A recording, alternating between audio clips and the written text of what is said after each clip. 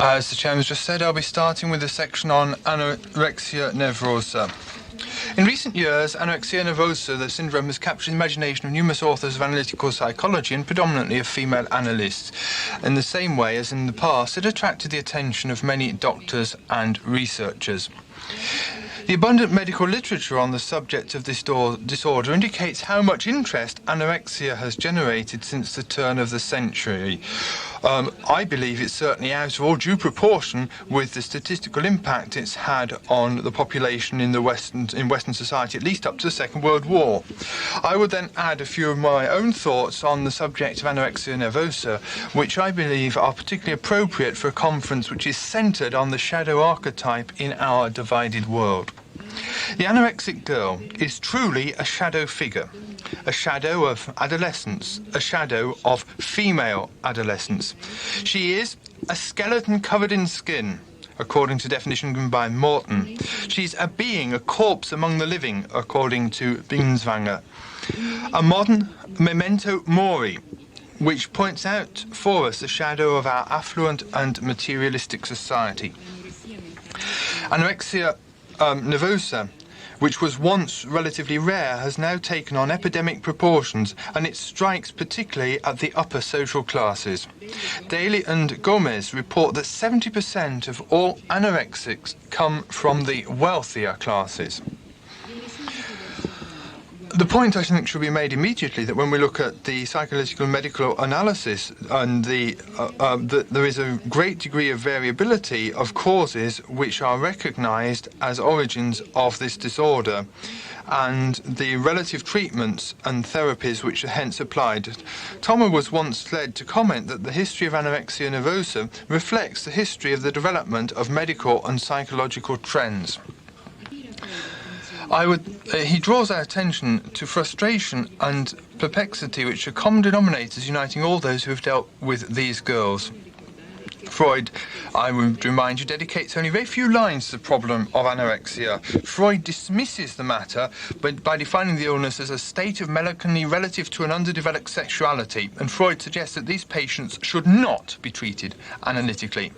The difficulty of arresting, of hooking up the anorexic girl, of capturing her absence, is also reflected in the growing body of Jungian literature on this subject.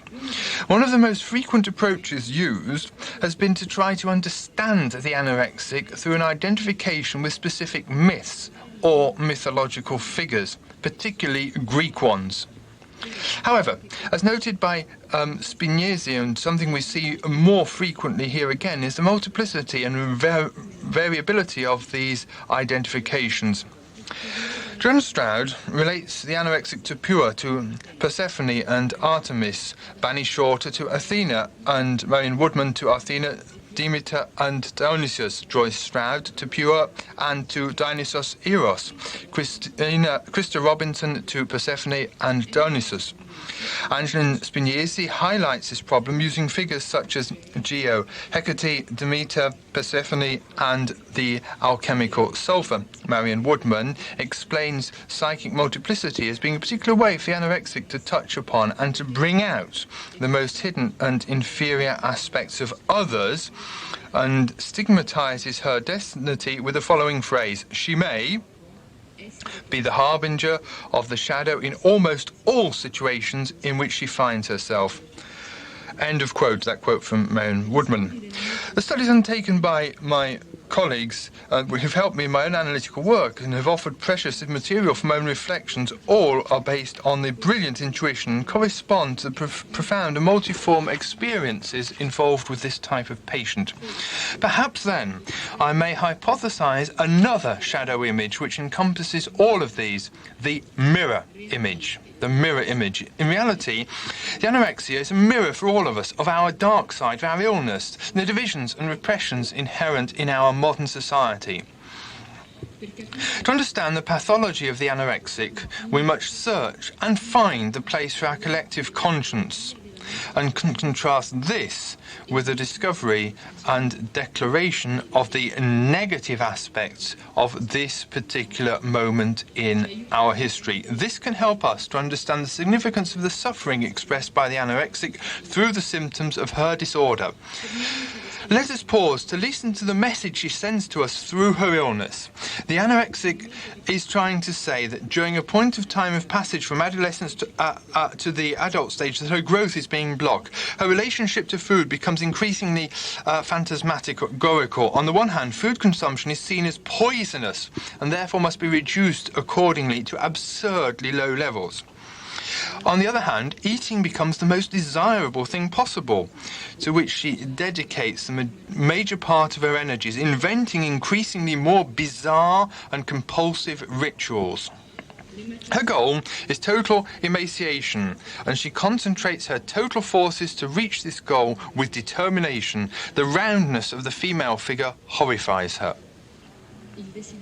The desire to remain thin remains constant in my thoughts. I quote here, "This compulsion regarding food has become the damnation of my existence. It pursues me when awake and when asleep. It hovers about me like an evil spirit, and I feel that I can never escape it." End of quote. And that was from Ellen West when she confided to Biswanger during her treatment. A patient of mine, a philosophy student, described it in the following terms. I quote again, "I try to study as soon as I wake up. I force myself to sit at a desk, and I try to make all the words in the book enter into my body so that they will fill me totally, so that I have no space left to think of eating. But this thought is inexorably present and does not give me a moment's peace." End of quote. In the sexual sphere, at the time of passage into the adult sexual role, the anorexic departs from an identification with the prepubescent male and falls, as Thomas puts it, into a narcissistic existence without sex. She cannot achieve a female identity at the genital level, and she, quote again, removes herself from a conventional sexual gender, unquote. I'd like to recall briefly that psychoanalysis gives a first interpretation of some conscious sexual fantasies as incestuous ones. In 1940, Wöller, Kaufmann and Deutsch said, "Psychological factors have a certain specific characteristic centered on the symbolic expression of pregnancy fantasies involving the digestive tract. A desire to become pregnant through the mouth sometimes gives rise to compulsive eating, and at other times to a guilt complex with subsequent refusal of food. Constipation symbolizes the child in the abdomen. Amenorrhea is a direct psychological repercussion of pregnancy fantasies. This amenorrhea may also be part of a direct negation of genital sexuality." End of quote. This has led to a new definition of the syndrome which locates its causes in the period of the formation of the ego. An ego which lacked primary support regresses and is deformed under the impact of transformation. Frequently, sudden and violent transformation of the body, the identity and adolescent roles. This Meng, in fact, calls anorexia the deformation of the ego. A two-stage dream reported by one of my patients is symbolically significant for this scientific situation, and I quote again. "I'm in a large university class," she says. "I have my father's bearded face. Two of my colleagues, in an ironical, almost mocking manner, make me understand that I cannot keep that face. So I take it off. But what am I to do? Who am I? I have a condom in my hand. I open it with my mouth. There is a milky white solution inside. It is like glue. It spreads onto my teeth and glues them together. I open my mouth to get rid of it, but I'm not able to close my mouth again. I remain with my mouth open." End of quote.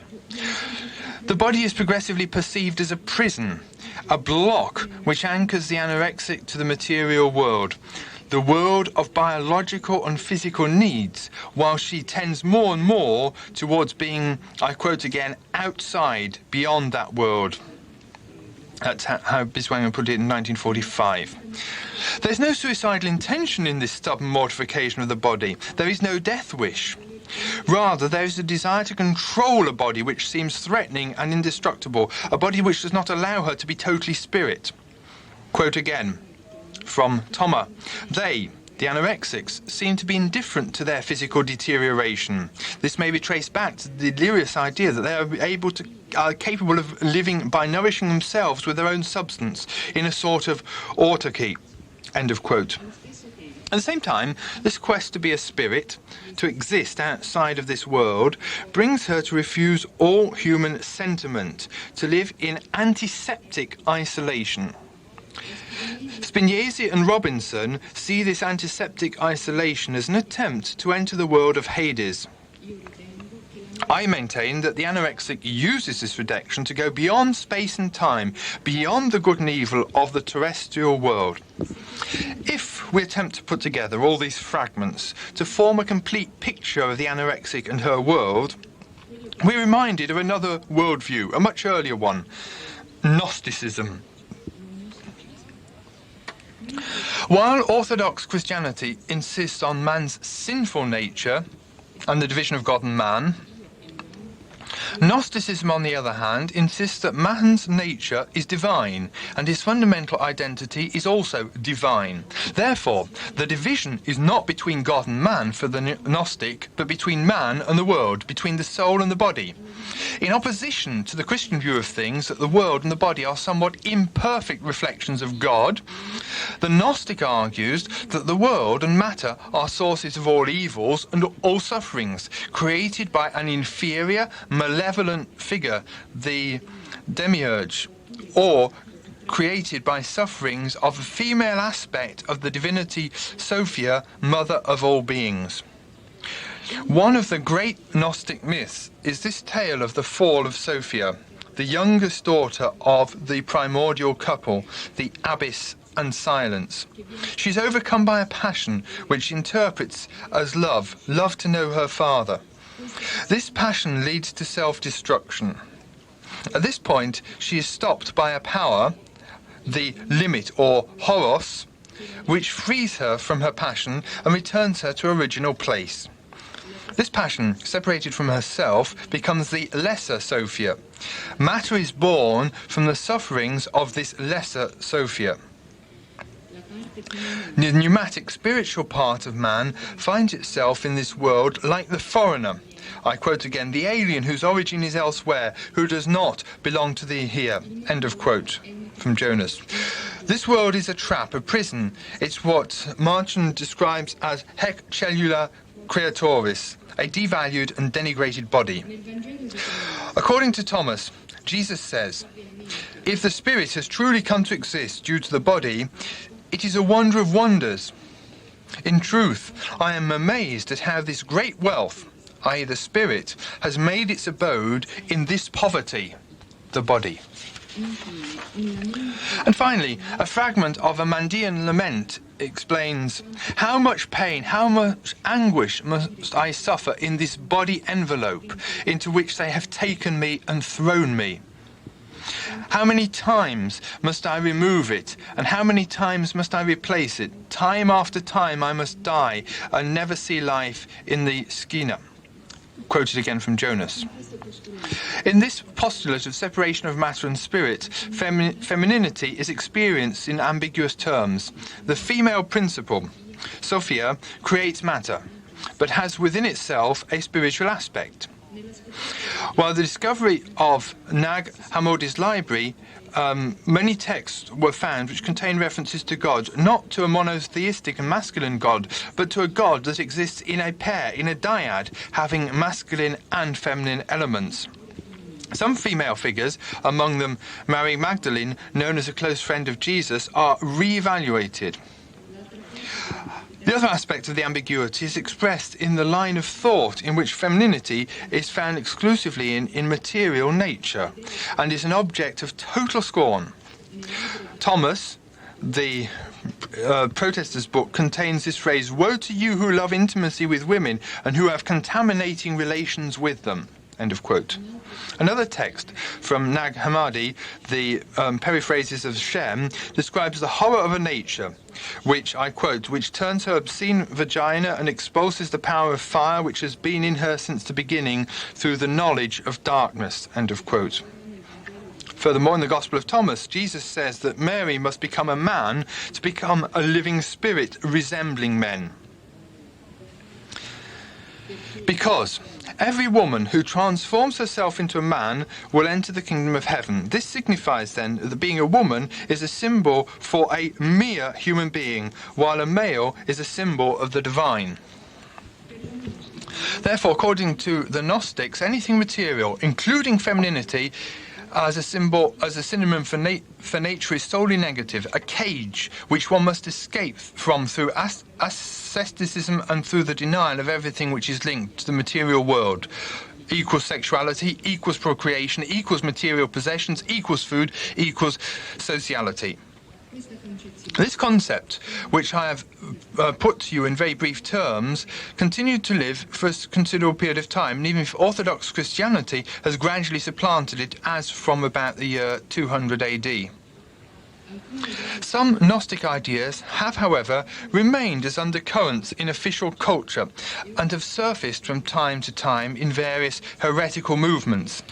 The devaluation of femininity as nature and body without the exaltation of its spiritual aspects, for example, reappeared in the dualistic movements of the Middle Ages, such as Catharism. Jonas, in his work on Gnostic thought, sees in contemporary existentialism the Gnostic matrix of a scorned nature, and, more precisely, he fixes it in the postulate of the devaluation of the concept of nature, which obviously reflects the spiritual impoverishment perpetrated by science. End of quote. Therefore, the parallel between the symbolic message which the anorexic sends us and the Gnostic concept seems to be a legitimate one, in my opinion at least. The search for autonomy, the rebellion against adults, the freedom to exist as a separate individual, the administration of one's own power in interpersonal relationships are particular to the period of adolescence. In anorexics, these values cannot be expressed and therefore die. They succumb to the external environment, often represented by an aggressively hyperprotective and impervious mother, unable to conceive of her daughter as a person with her own rights. This power, which would have to be correctly exercised in interpersonal relationships, is transformed by our young person into an intrapsychic relationship, and her body becomes the scapegoat for her impotence and her inability to exist. Everyone agrees that the anorexic's mother has a determining role to play. In my therapy practice, I've also encountered mothers who were mortified, self-sacrificing and anguished, even if some of them hid this under a confident external attitude. But is it their own fault that they are that way? Kim Chernin, in one of her works, examines the problems of today's women, who, as the new immigrants, crossing the borders of the business world, the world of being male, to which the female body has not been invited. Within these new rites of passage, the daughter must reject the values of the traditional maternal world almost completely. In choosing to be different, the daughter is also commenting on her mother's life and living out the explosive conflicts which derive from such actions. The anorexic, confronted with her mother's failure to realize herself, prefers to renounce her own growth and development. The completely new possibility for women's access to male prerogatives produces a profound sense of guilt, which brings the young woman to sacrifice herself in order to revitalize her mother, to compensate for her failure, and through her self-aggressiveness expressing not only her anger, but also her mother's hidden and denied anger. What is crucial in a woman's life today is her shame of displaying her body and of expressing her sentiments naturally. Society requires women to be well-groomed, thin, inodorous, efficient, and reinforces this message through advertisements, television commercials, and magazines. Our young woman accepts this totally without criticism. The bitterness that all this provokes within ourselves was well expressed by Chernin in the sentence, "Dressed in her shorts, her androgynous body covers pages of magazines, a sad reminder of how easy it was to rob us of our most profound existential battle. It is returned to us, reworked into empty images that mock our inability to reach the substantial conquests evoked by those self-same images." End of quote. It is true, I believe, that we women, both as mothers and as daughters, must recognise that we force ourselves to sacrifice our otherness to the patriarchal society. But it is at least equally true that the Western culture in which we live rests on a basic misogyny of the Christian religion, in which the Virgin Mary, who, as the Bride of God and the Queen of Heaven, enjoys the same position as the Sophia of the Old Testament, who had a pleromatic and divine existence, and is placed due to her status ante lapsum beyond humanity in general, whose common trait is original sin. That's the end of the quote from Jung. This arrangement has had the effect of exalting Mary's personality in the masculine sense of bringing it close to the perfection of Christ, was at the same time injurious to the feminine principle of imperfection and completeness, since this was reduced by the perfectionizing tendency to the little bit of imperfection that still distinguishes Mary from Christ.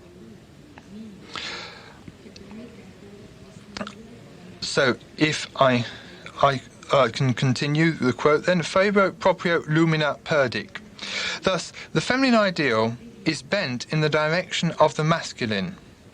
The more the woman loses her power to compensate the masculine striving for perfection, and a typically masculine ideal state arises, which, as we will see, is threatened with an anti-andromia.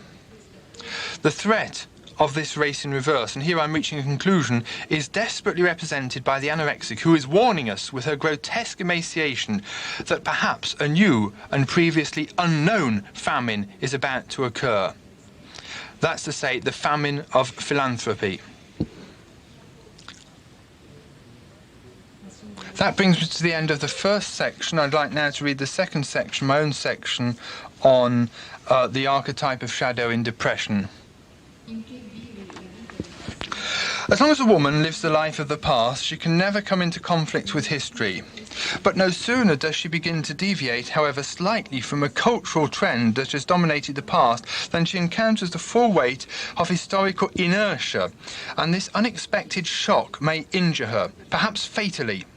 Her hesitation and her doubts are understandable enough for us. She finds that she is not alone in a highly disagreeable and dubious situation where every kind of lewdness and depravity abounds, but actually caught between two universal forces, historical inertia and the divine urge to create. This passage is taken from Jung's Women in Europe, 1927, and it seems to indicate some of the difficulties which are linked to the process of development of the feminine personality and which are extremely pertinent and timely today. The attempt to find a place between historical inertia and divine urge today is felt by women in trying to find a transformation played out and an aim for an individual and not a collective existence, and the possibility of being differentiated vis-à-vis the historical and cultural negative of the feminine. A complicated interaction of endopsychic and cultural factors seems to make the emergence of depressive pathologies in women ever more frequent, especially in those cases where the possibility of conceiving an individual project of self-realization was internally lost, or where integration on the level of the ego complex has not come about. Reflections, which I should like to offer here, have developed through my own clinical experience and are based on the following premise. Depression, seen as the feeling of a loss of meaning, is at one and the same time the expression of a failure, the failure of the transcendent function. That is to say, the loss or the weakening of the symbolic function. If we pick up this aspect of depression, which represents the impossibility of moving into the symbolic dimension, then we must ask ourselves why the feminine, along the road of development of its individuality, is destined to come up against this obstacle so often, thus finding itself open to the risk of a depressive suffering, in which there is a dramatic correlation between the problems of sense and meaning and the inability to produce new symbols. I would like to refer here to the sort of feminine depressive situation that turns up frequently in clinical observation and which occurs within the context of a negative mother complex from which the difficulty of activating the process of symbolization springs in the first place. The formation of the symbol is, for Jung, the transformation of energy, and the very concept of energy presupposes the existence of an antithesis or a counterposition. The symbol is then the way which unites the opposites in order to give rise to a new movement and to a new synthesis. This conceptual definition will be very important for the rest of this paper as I try to formulate a hypothesis regarding a certain type of difficulty that exists in the relationship with the symbol. The difficulty, I believe, here is the deepest sense of many feminine depressions, and very often it appears to be linked to the problem of the relationship with the maternal. I think it's worth remembering within this particular context that whereas for the masculine, the relationship with the maternal always presents itself with its characteristic of otherness, or as a confrontation with a thou experienced as distinct and differentiated from the ego. For the feminine, the mother is at one and the same time the first object of love and the privileged model for the identification of its own ego. The result of this is that the relationship of identity which derives from this and which lasts for a long period of time brings with it in its regressive aspects and in the presence of a hypertrophic maternal the risk of being completely absorbed, of not being able to differentiate oneself, a hardening of the evolutive possibilities of consciousness. These interpsychic levels of the relationship between mother-daughter must be considered in order to understand that blockage of the symbolic activity which expresses itself through the feeling of loss of meaning. This feeling of the loss of meaning is the inability to set in motion a symbolic work which could bring about in turn the transformation that comes through symbolic perception, the passage, in other words, from the simply perceptive world to a world of images.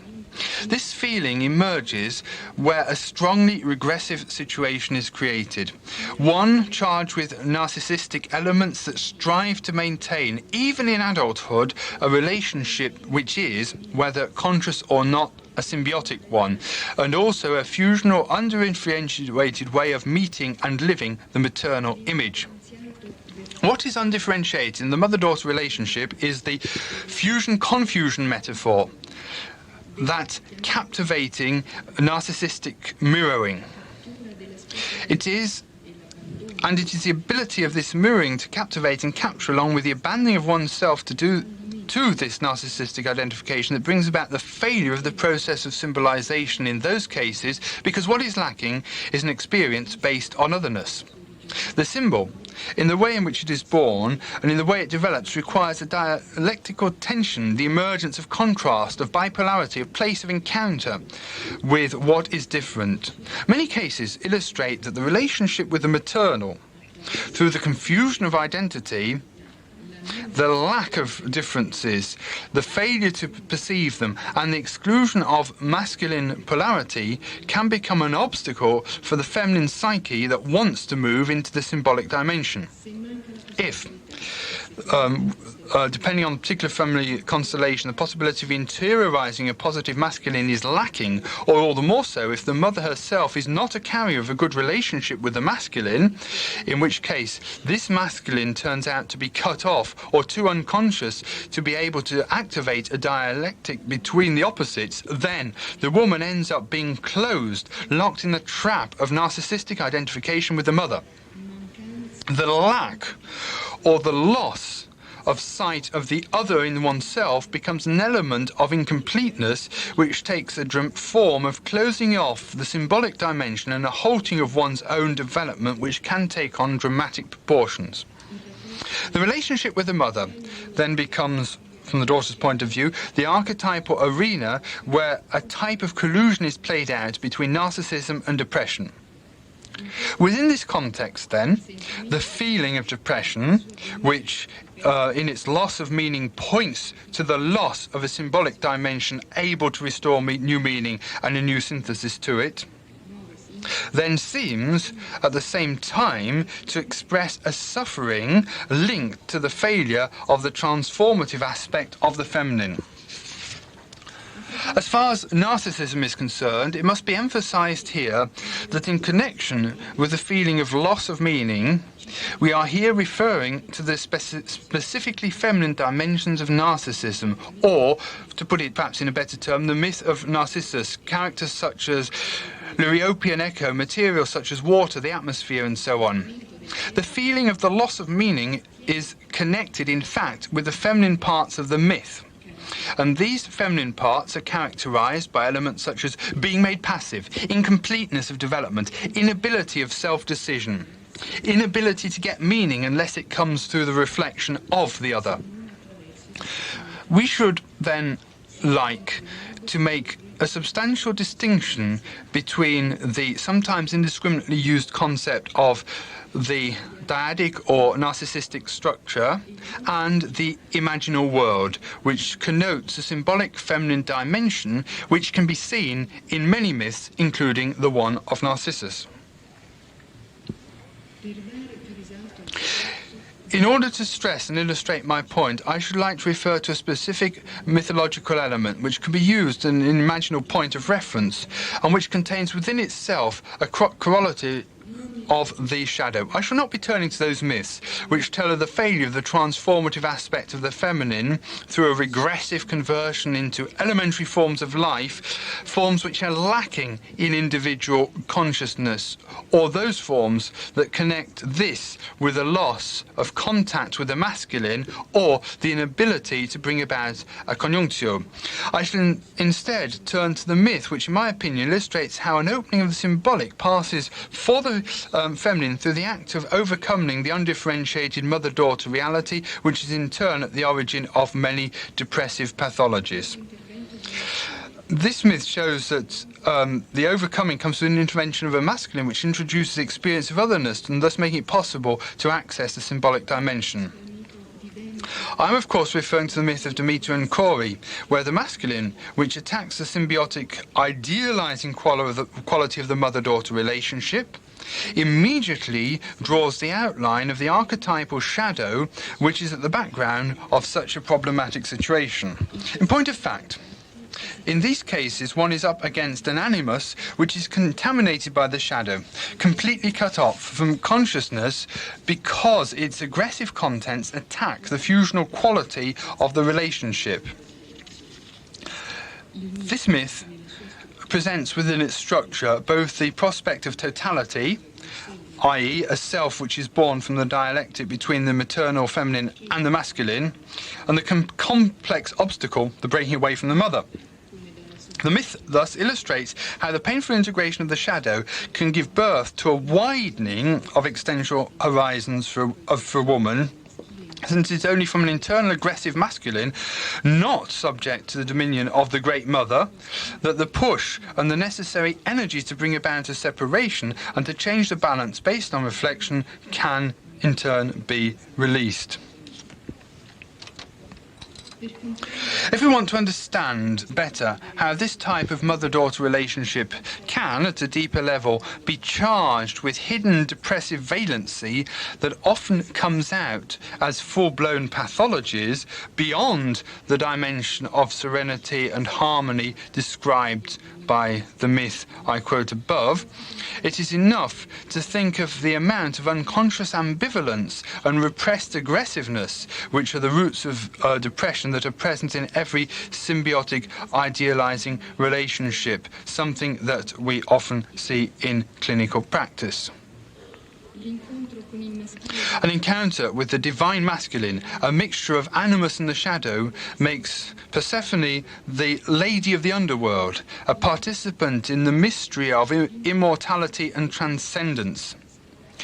This new condition marks the passage, even though it's a painful passage, from the elementary character of the feminine to the transformative character, from historical inertia to a divine urge to create.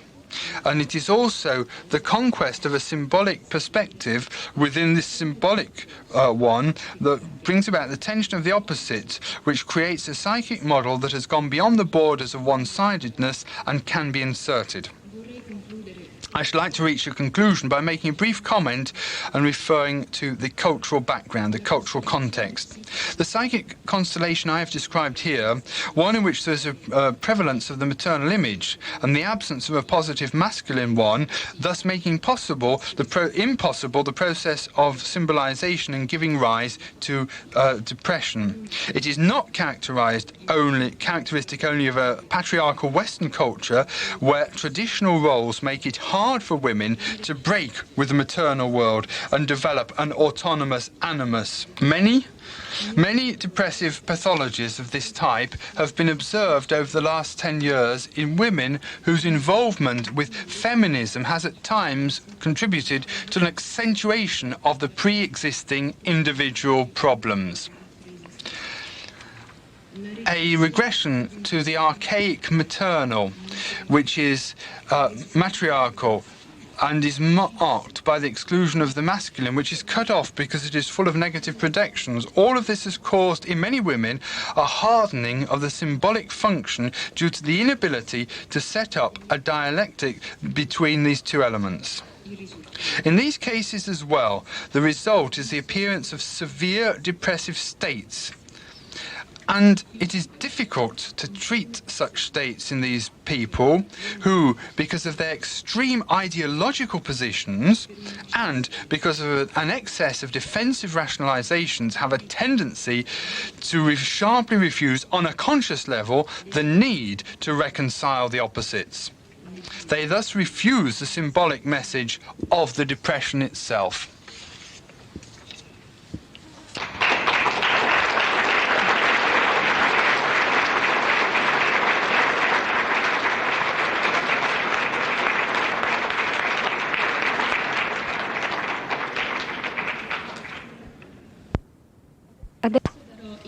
I would now like to read out my contribution on the experience we've had working with depressive women, but with a number of different characteristics, perhaps going the opposite way to what's just been described by my colleague Patrizia Baldieri. It's possible for depression to come from a refusal or impossibility of living out femininity as a dimension of their life, and the sense that some women give to serious long-term depressions which emerged in the course of their analysis. Analytical work has touched on the root of depression as being a feeling of a threat to existence as a psychic entity, or even a threat to existence insofar as existence is feminine, and that has given rise to a cause of a type of a stalemate in the ego-self axis. The ego does not give voice to the suffering which comes from this threat in an unceasing characteristic oscillation between the two poles of despair and guilt.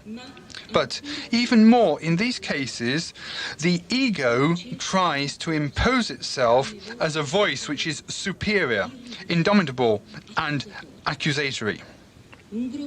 At the beginning, there's an entanglement of accusations, which later reveal their deep and pregnant target in the mother as the carrier of the projection of the great mother who has abandoned, who has refused, and who has betrayed. This position of the ego, an ego turned towards a goal, is similar to Jung's Job vis-à-vis Yahweh. It is approached by the analytical work through its efforts to reach the meaning or to offer a clarification of the various accusations in which their initial entanglement make both the ego and the threat to existence, both of them, irremovable. Here, then, we are dealing with a number of women whose psychological development, even though there are personal differences from one to the other, their development has been precociously and persuasively dominated by the paternal figure or by the paternal world around them. And this has, at the same time, created a systematic devaluation, or on some occasions an outright attack on femininity itself. The emotional plane, sexuality, and cognitive development have all been the object of indiscriminate control and a field for specious influences through the anticipation of meanings and the pressure for values of consciousness, such as intellectuality, reasoning, and will, as being privileged goods in themselves. The result is a state of consciousness marked by enslavement as much as by presumptuousness, a condition which is continuously acted out in the blinded and rigid ego into the compulsive need to adhere to a model, the bare bones of which are known, while tossing aside all the rest. A daughter of this type has completed her studies and works, while in the clutches of a corrosive sense of waste. Though feeble on the surface, the relationship with the mother is charged at a deeper level with strains of denigration and anxiety. The more this relationship is defined and therefore kept at a distance, the more it proves to be petrifying or dramatically upsetting when it comes close to reality. A dark mother, then. A dark mother who carries in herself an archaic and senseless shadow. One full of poisonous emotions, whereas the paternal world, with its promises of light and certainty and its predominating ability, has absorbed her consciousness. As the opposite and systematical reflection of the narcissistic greed of the father, for example, I think of a particular case I know of here as being in competition with the maternity, or for another case, speculating as regards a thirst for social revenge of a patriarchal family clan. The maternal figure then weighs upon the daughter as being a profound non-will, as being withdrawal, or as being given up, as being inevitably in collusion with the invasive father. This mixture of giving up and collusion is what strikes the daughter massively and deeply. Or it may be the inability of the mother to give herself and to protect the daughter. Her ability, on the other hand, to be missing, not to be absent, not to count, or to be present only through insurmountable silences. What gradually mounts, then, is the inexplicable and intimately unbearable perception of a mother who is uniformly rigid, and a mother who appears, according to the descriptions we hear, as being more mortified, suffering, or disappointed, nevertheless also as being both haughty and distant. This particular type of reflecting or a mirrored combination, which on the one side shows the mother as being a net of irreducible contradictory valences, may have brought about a certain psychic event which has conditioned the development of the daughter's personality in terms of depression. This psychic event could be described mythically as the goddess, the ancient and the eternal one, who sinks down into the depths, or like a fairy tale, as the dark woman who isolates herself in the woods. It is the self as a divine figure, then, that sinks down as the only form of survival. Or it may be that the fundamental sense of self as unity and as potentiality, which, being offended, as being frightened, and even as being hardened, is like a pearl inside a shell, which moves downwards until it reaches the bottom, where it comes to rest. It's a state of standstill. The self, as a function of totality, is blocked at the maternal level, and it acts as a paralyzing identification with the mother as being both the offender and the offended. The ego and the plane of consciousness are disarmed and suffocated. Partially react then in a sort of bitter collaboration with the paternal influence, and partly also tend to preserve, but hidden in the maternal function, that threat to existence as a psychic identity, which to begin with stimulated the very reaction of self-survival.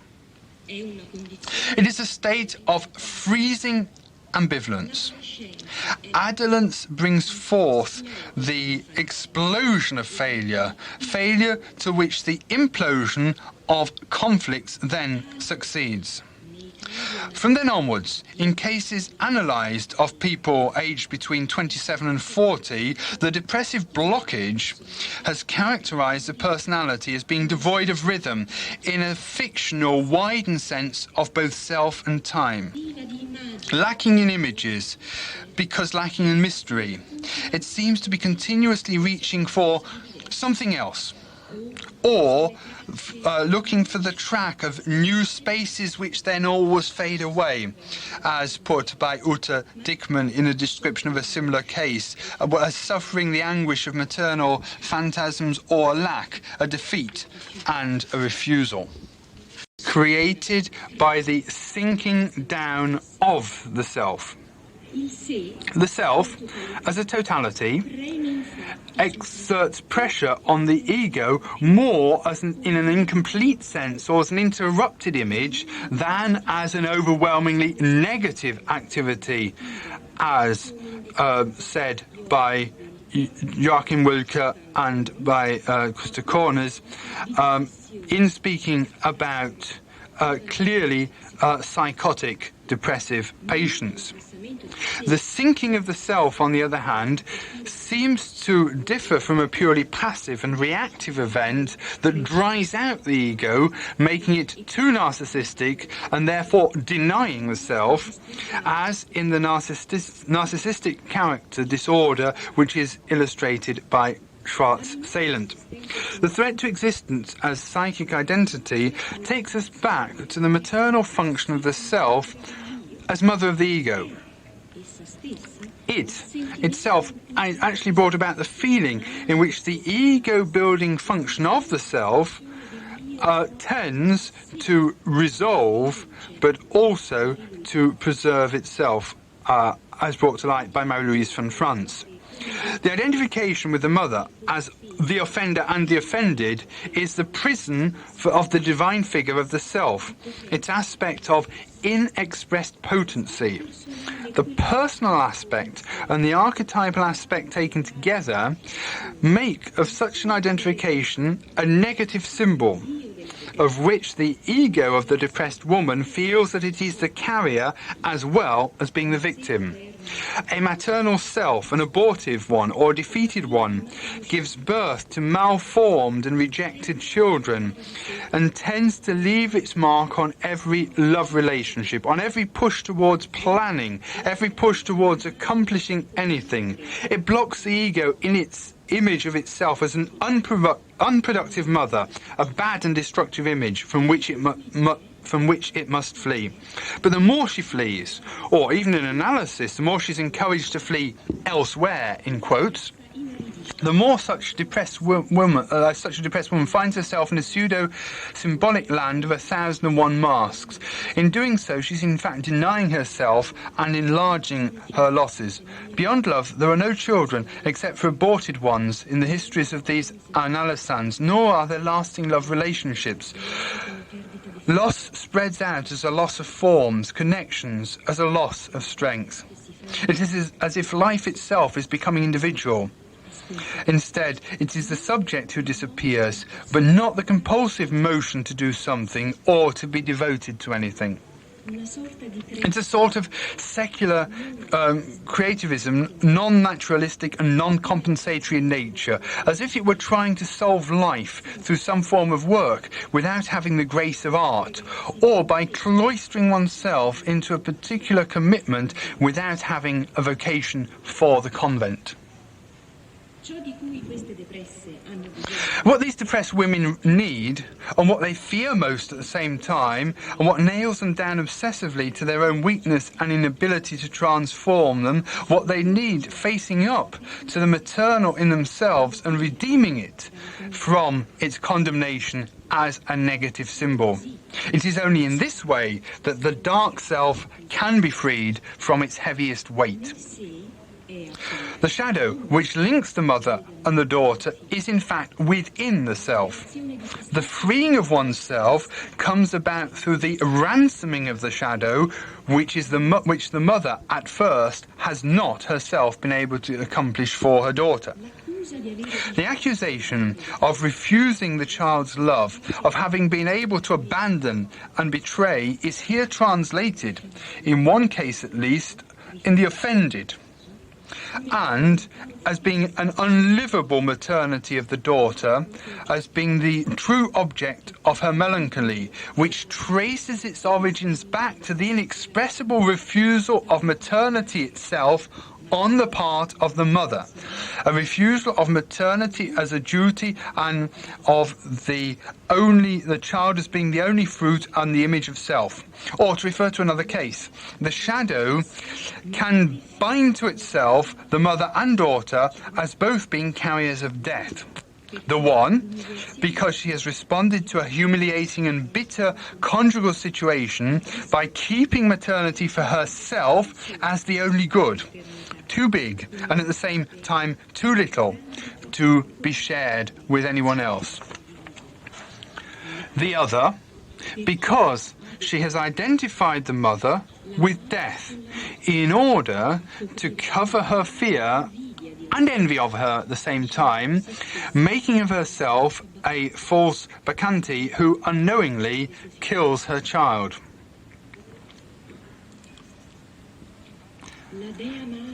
As von Francis put it, the mother goddess wants to incarnate in a human daughter, but the impulse remains abortive. It has nowhere been carried through and become a religious event. End of quote. But the daughter can humanize a chaotic impulse of the mother by completing its intent, or, on the other hand, she can break the total reaction of the unreflected divinity by fulfilling the task of the abortive shadow. This means and she herself will have to transgress against enforced maternity in favour of love, as in the first case I referred to above, or she will herself have to expiate destructive maternity and thus transform that threat to existence into a newly found source of emotion, of energy and of orientation. Atavism and paradox are in contention with one another on the psychic ground. The greater the possibility to symbolize the maternal, the greater the redemption from a state of psychic invalidity. The underlying eros, and here not the less strong because it is curdled under sacrifice, the underlying eros tends to melt the bond of the self as a crystallized divine figure and brings out new forms of life which nourish the ego and restore to it a self-image that prefigures a thou. On the other hand, it is the very bond to the self which takes on gradually the function of a symbol creative orientation, which gives depressed women under the described constellation above a distinctive characteristic of extraordinary modernness. In them, sense and feeling seek each other and must be necessarily intertwined. as it is for those men who today do not live the fall of physical and metaphysical masculine supremacy as a psychic crash.